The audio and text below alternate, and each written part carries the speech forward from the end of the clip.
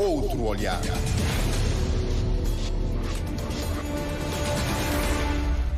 No Outro Olhar de hoje vamos acompanhar uma conversa que o jornalista Júlio Vera Cruz Martins teve com o presidente do Conselho de Prevenção da Corrupção, João da Cruz, que também é presidente do Tribunal de Contas. Tudo a propósito deste Dia Internacional contra a Corrupção que hoje se celebra. Senhor Presidente do Tribunal de Contas, que por esse cargo é também Presidente do Conselho de Prevenção da Corrupção, esta segunda-feira assinala-se o Dia Internacional contra a Corrupção, mais virado para a sensibilização de jovens. Diga-me o seguinte, qual é que tem sido a atividade do Conselho de Prevenção da Corrupção? Devo dizer, antes de mais, que o Conselho de Prevenção de Corrupção, enquanto uma autoridade administrativa independente, tem começado as suas atividades em finais de 2022. Em 2022 fizemos uma conferência internacional sobre o papel do Conselho de Prevenção de Corrupção na prevenção da corrupção. Fizemos, até este momento, 14 ações pedagógicas, projetos educativos junto das escolas secundárias do país. Fizemos 3 recomendações, uma recomendação sobre a Comissão de Ética na Administração Pública, fizemos uma recomendação sobre a prevenção de risco na contratação pública, fazendo referência ao Pacto de Integridade, fizemos uma 3ª recomendação sobre a gestão de conflitos de interesses no setor público. Para além disso, nós criamos um website, é www.cpc.cb, onde as pessoas podem fazer denúncias abertamente ou denúncias anónimas. E tem feito? Até este momento nós não recebemos nenhuma denúncia através do website. Recebemos denúncia sim, através de papel físico, recebemos, salvo erro, 1 ou 2 denúncias, poucas denúncias, praticamente nada. E fizemos uma página na rede social onde divulgamos as nossas atividades. Neste ano demos uma palestra no Banco de Cabo Verde sobre a prevenção da corrupção. Fizemos abertura do concurso Prémio CPC Ciência 2024-2025, onde podiam concorrer alunos da escola primária, da escola secundária e das universidades nacionais para estimulá-los a pensar sobre a luta contra a corrupção, sobre a integridade, mas não houve nenhuma candidatura, infelizmente. Vamos continuar no próximo ano letivo. Elaboramos guia de prevenção à corrupção eleitoral e distribuímos esse guia a todos os municípios do país antes das eleições autárquicas. Distribuímos também para todas as instituições públicas. E terminamos um plano de prevenção de riscos de gestão, incluindo corrupção e infrações conexas para o Tribunal de Contas, e para o próximo ano vamos apoiar as diversas instituições e vamos fazer recomendação no sentido também de terem um plano de prevenção de riscos de gestão, incluindo corrupção e infrações conexas. As vossas recomendações têm sido seguidas pela administração? Até este momento não. Porquê? Porque as nossas recomendações não têm caráter vinculativo. Digamos, fizemos recomendações e falamos com a Ministra da Modernização do Estado e disse que está a criar condições para o efeito. E até este momento ainda não foram implementadas as nossas recomendações, mas acreditamos que ainda vamos a tempo de serem implementadas as recomendações, uma vez que não têm caráter vinculativo. A lei que cria o Conselho de Prevenção da Corrupção dá alguma indicação, mas é fácil trabalhar quando não há uma lei anticorrupção? É assim, por vezes pensa-se que a corrupção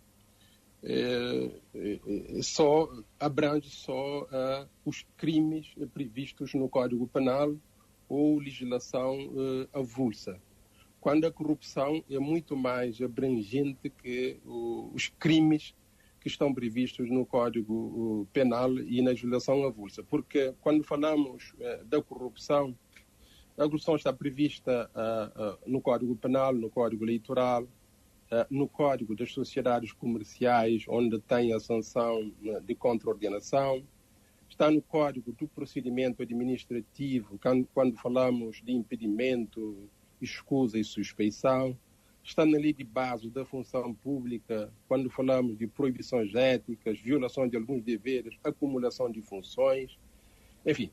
Então temos um leque muito alargado de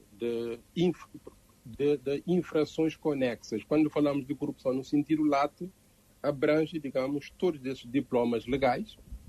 E se nós pensarmos numa lei anticorrupção, é mais para, digamos, articular essas normas todas, a fim de termos um sistema fechado para saber que órgão e como articular com os demais órgãos, a fim de, digamos, termos um sistema, ou seja, uma estratégia. Para mim, eu diria que precisávamos de ter uma estratégia nacional de prevenção e combate à corrupção. Por quê? Porque nós temos vários órgãos que se ocupam de prevenção no sentido geral, mas que se ocupam, sobretudo, do combate à corrupção. Temos o caso da Procuradoria-Geral da República na parte do combate, ou seja, da repressão. Temos os tribunais comuns, a Polícia Judiciária, temos IGF, temos o IF, temos a ARAP, temos o próprio Tribunal de Contas, temos o Banco de Cabo Verde, várias instituições que têm tanto a vertente prevenção como a vertente combate. O que falta é haver uma estratégia nacional de como esses órgãos devem articular entre si, facultando informações em tempo útil, por forma, sobretudo, o Conselho de Prevenção da Corrupção trabalhar sobre essas informações e saber quais são as áreas mais vulneráveis à penetração do fenómeno da corrupção para podermos fazer as ações de sensibilização. Se pensarmos nisso, possivelmente poderíamos ter uma lei anticorrupção. Em primeiro lugar, teríamos uma estratégia nacional de prevenção e combate à corrupção. Em segundo lugar, teríamos uma lei anticorrupção, onde é que previa a articulação entre os vários órgãos que estão quer na prevenção, quer na repressão ou no combate à corrupção. Se tivermos essa lei, portanto, é mais uma lei para densificar ou para concretizar, digamos, a articulação entre os vários órgãos na luta contra a corrupção. Porque até este momento, este sistema não existe, não há essa articulação entre os diversos órgãos que estão na luta contra a corrupção. Aí, existindo essa lei, possivelmente era mais para articular esses órgãos. Por quê? Porque a previsão legal de crimes de corrupção, de infrações conexas que estão espalhadas em vários diplomas, isso existe. O problema é ter um diploma que permite fazer essa articulação entre os diversos órgãos, a fim de, em tempo útil, termos essa, digamos, a informação que nos permite lutar contra a corrupção. 2 anos decorridos da instalação do Conselho de Prevenção da Corrupção, a conjugação com o Tribunal de Contas, ou seja, o mesmo presidente por inerência, é uma experiência que tem valido a pena ou, decorrido esse tempo, tem uma outra leitura? Olha, eu pessoalmente entendo que mais cedo ou mais tarde devemos evoluir para uma instituição que não esteja ligada ao Tribunal de Contas, que se ocupe apenas da prevenção da corrupção, mas que as recomendações do Conselho de Prevenção da Corrupção, ou outro órgão que tiver essas competências, passar a fazer recomendações com caráter vinculativo. Tendo recomendações com caráter vinculativo, é mais fácil, digamos, o cumprimento das recomendações por parte da administração pública, seja pelo setor privado também que utiliza o dinheiro público. Eu acho que, para mim, devíamos evoluir nesse sentido, de mais cedo ou mais tarde vir a ter um órgão que não esteja ligado ao Tribunal de Contas, mas que se ocupe apenas da prevenção e que tenha, digamos, recomendações com caráter vinculativo. De todo modo, essa experiência de 2 anos, tendo o mesmo presidente, tendo acesso aos documentos do Tribunal de Contas, a partir daí será possível detectar as áreas em que é preciso prevenir a corrupção. Veja só, quando falamos da missão do Conselho de Prevenção da Corrupção, uma das missões é a detecção do fenómeno da corrupção. Como é que nós detectamos o fenómeno da corrupção?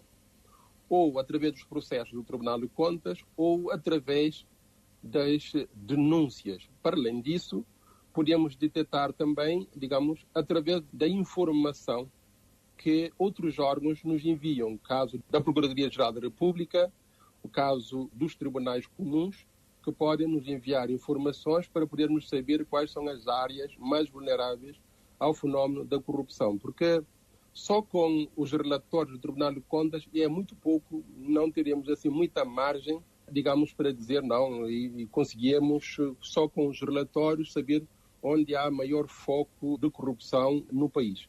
Aí não é possível, porque quando falamos da corrupção enquanto crime, precisamos do Ministério Público, precisamos dos tribunais para nos fornecer essas informações, ou então denúncias, e essa denúncia praticamente não existe. As pessoas preferem fazer denúncia, se calhar, diretamente à Polícia Judiciária ou então ao Ministério Público diretamente, de modo que nós praticamente não temos casos de denúncias, por assim dizer. Quando há um contacto com o Ministério Público ou a Polícia Judiciária, aí a denúncia é a denúncia de um crime.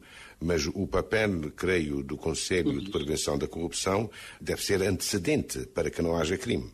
Claro, o nosso papel é antecedente. Por isso é que, em vez de estarmos a fazer a sensibilização junto, digamos, das pessoas crescidas, nós optamos por a fazer junto das escolas secundárias e vamos alargar para as escolas primárias, para falar, digamos, das consequências da corrupção, das causas da corrupção e sensibilizar, passando mensagens para os jovens evitarem a corrupção que provoca grandes males aos países. Há quem diga que, para lá dessa ação, junto do ensino secundário e agora, como acaba de dizer, no ensino básico, a ação de prevenção deveria estender-se a um universo maior.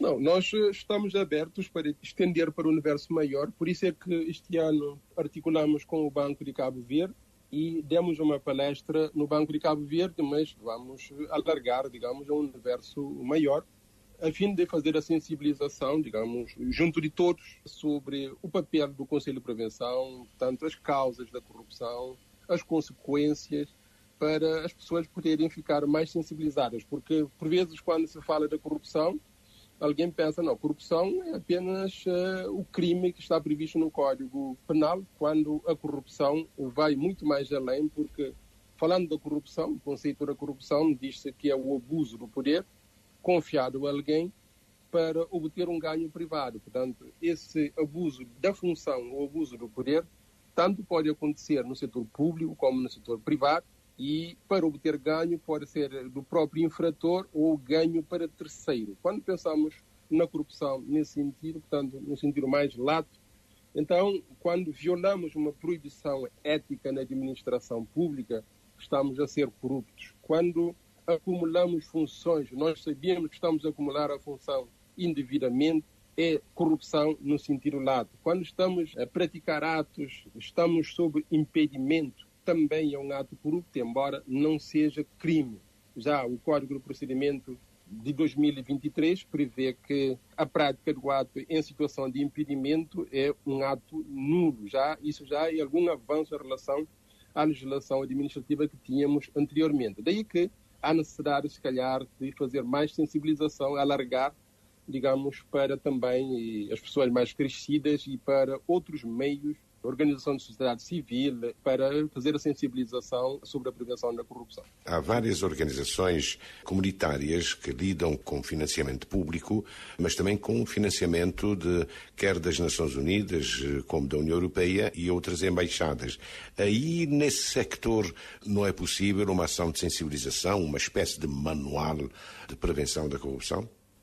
Eu acho que sim. Porquê? Porque são doações, por vezes, a fundo perdido dessas instituições, e essas instituições pedem contas sempre no final, digamos, do projeto ou do ano econômico. Daí que também há necessidade de fazer a sensibilização, porque tem havido, uma outra vez, sinal de má utilização do dinheiro, que são dinheiro de outros países, de outros cidadãos que esses países um apoio altruístico ao nosso país, portanto, há necessidade também de sensibilizar para evitar, digamos, a corrupção. Quando é que poderemos contar, para lá das informações que o Conselho dá através do site, quando é que poderemos contar com um relatório ou um estudo mais global de caráter anual? Neste momento temos apenas um funcionário que trabalha conosco e a maioria dos membros do Conselho trabalham em regime, digamos, por inerência de funções.